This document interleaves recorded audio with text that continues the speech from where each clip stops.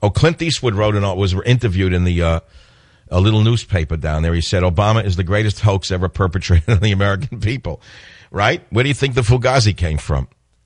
Eastwood says his convention appearance was mission accomplished in the Carmel Pine Cone, if you haven't seen it yet.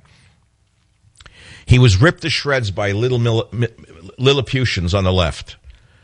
And Lilliputians in ugly suits ripped them apart. Now, here's a man they revered the day before.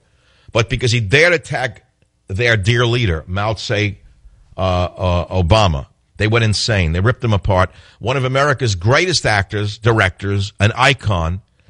The man performed in a way, I told you, to live on long after this reign of terror that we've been living through in America is gone. Long after the reign of terror in the news business is over. Long after the reign of terror in the media is over. People will recognize that Clint Eastwood's appearance was one of the greatest pieces of political performance art ever seen. So Eastwood said that Obama is the greatest hoax ever perpetrated on the American people. Romney and Ryan would do a much better job running the country, and that's what everybody needs to know. I may have irritated a lot of the lefties, but I was aiming for people in the middle. So the leftists hated him for daring to take on dear leader. Everyone else saw that the man did something brilliant. And by the way, the thing with the chair was completely made up at the last moment. He made it up on the moment. He said, I understand what performance art is. He didn't go out there with a script. That's why they couldn't take it. All of these fraudulent leftists who say, think outside the box. Let's be wild and crazy. When they see an actual artist get up there and do something that's real performance art, they don't understand that it's true. They're so used to Fugazis that when they see a real diamond performing, they are blinded by the light and they call it a Fugazi. That's why today's show is dedicated to the word Fugazi from the movie Donnie Brasco. Early Thursday morning, when Eastwood left San Jose Airport on a private jet headed for Florida, he was still making up his mind what he would do. And even with his appearance just a few hours away, all Eastwood could tell Romney's campaign manager was to reassure them that everything I would say would be nice about Mitt Romney. It was only after a quick nap in his hotel room. See, I do the same thing. A few blocks from not with him. I'm saying I take a nap before a show. It was only after a quick nap in his hotel room for a few blocks from the convention. Eastwood said that he mapped out his remarks. I do too. A nap gives me my map. If I don't sleep before a show, I don't do a good show.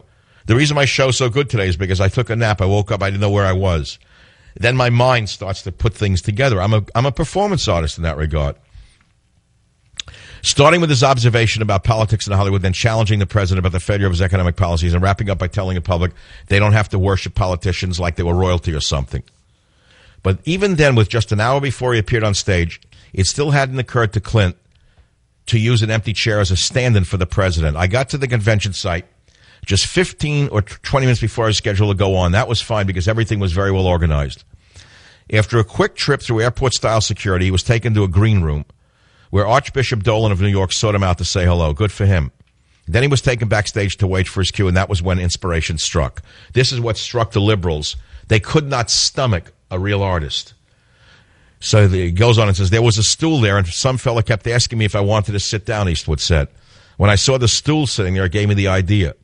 I'll just put the stool out there, and I'll talk to Mr. Obama and ask him why he didn't keep all the promises he made to everybody.